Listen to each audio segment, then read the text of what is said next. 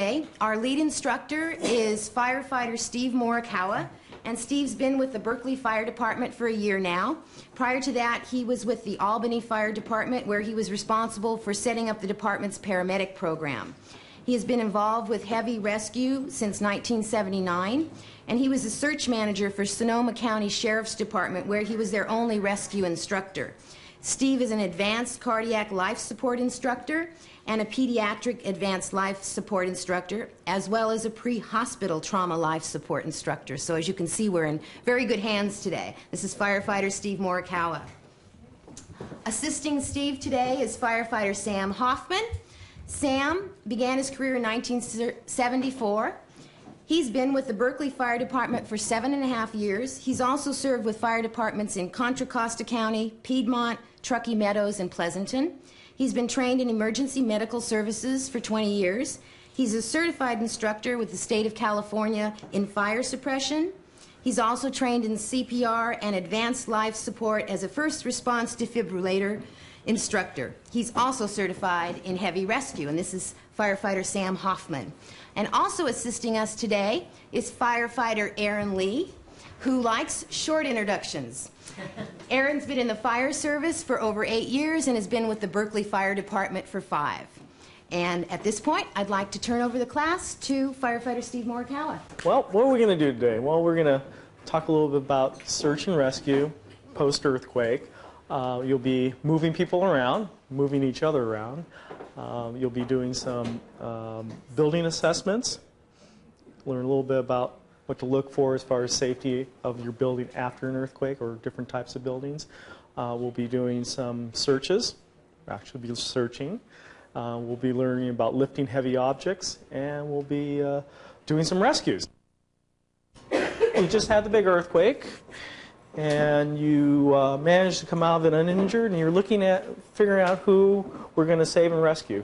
When we look at the post-earthquake situation, we look at people who are injured and trapped.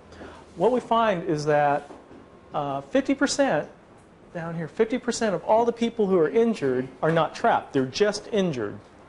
The people who take care of them are coworkers, family members, people who are right there who are not injured. So that would be these people here, spontaneous rescuers, we call them. 30% are what we call non-structural entrapments. These are people who are trapped and injured by things inside the contents of a building. A refrigerator falls on them, file cabinets, objects within the building itself, not particularly the building components. The people who rescue those folks are going to be you folks, all you folks, okay? That's what the training is today. So if you look at what you're doing post-earthquake, you're doing 80% of the work. You're taking care of 80% of those that are trapped and injured. Well, let's see, what are we going to do for the other 30% or 20%? 15% of those are going to be what we call structural, partial structural void space entrapments. What that means is that these are people who are trapped by heavier objects that you folks can't move, or more complicated rescues. The fire service in this town is going to take care of that problem. Okay. The 5% on the top, we call those people entombed. Those are people who are encased in steel and concrete. Now, who takes care of those people? We call them USR teams, Urban Search and Rescue Teams. In the United States, we now have 25 Urban Search and Rescue Task Forces. These are big teams. They're spread across the nation. They consist of 56 members per team, plus a couple of dogs. They've got to have dogs, search dogs. In California, we're very fortunate. We have the biggest percentage. We have 8 teams. The closest team for us are going to be Oakland, Menlo Park, and Sacramento.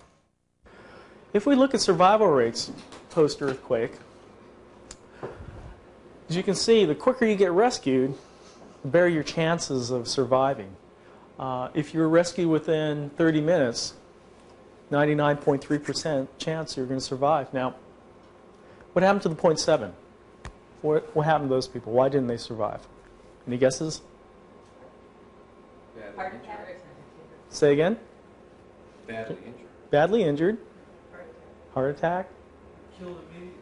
Killed immediately. That's right. That is the one. They had a building fall on them. Non-survivable injuries. They literally had a building fall on them. So not much we can do for that 0.7%.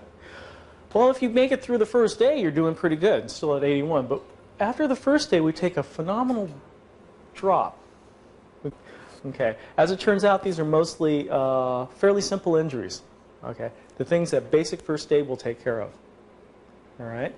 So just basic treatment will help those people quite a bit. Then it kind of levels off, and then we start to drop again. When we look at the third and fourth day, and especially from 3 to 5 days, there's a pretty big drop-off in there. Some of these people, when they're rescued, those are the people that are, when they're trapped, they will generally be really confined in deep spaces, deep underground, complicated rescues. These people are dying of complications because of their entrapment. They require advanced life support procedures, and that's one of the reasons why the FEMA teams have doctors, nurses, and paramedics on board their team. Their job is to treat those patients as they're pulling them out. So as the rescue is occurring, they have already started advanced life support procedures. Okay, so not only is those complicated rescues complicated from a technical aspect of rescue, it's also difficult medically. So a lot of work has to go into those few cases. Well, now that we know you're doing 80% of the work, let's figure out what you guys need to go to work with. You need a helmet, okay, head protection, vest. You guys in the corp yard know you guys all have your vests, and serves two purposes. One, visibility, so if something happens to you, we can see you. The other reason is identification. We know that people who are wearing vests have some level of training. Eye protection. Okay. You need flashlight. Even during the daytime, you should have your flashlight with you. A personal first aid kit. Heavy clothing. You need long sleeves. Okay. Sturdy pants.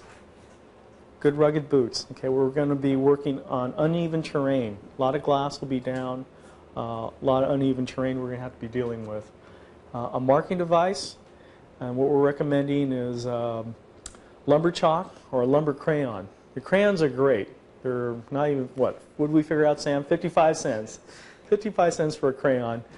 And you can draw on buildings even if they're wet.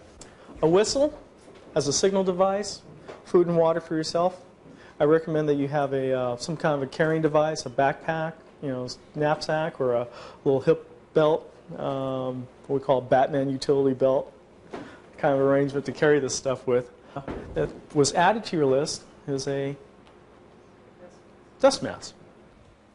Now, why would we want a dust mask? Any ideas? Asbestos.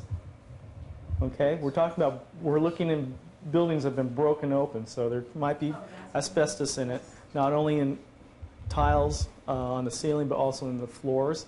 Any other reasons? Unknown chemicals. That can be.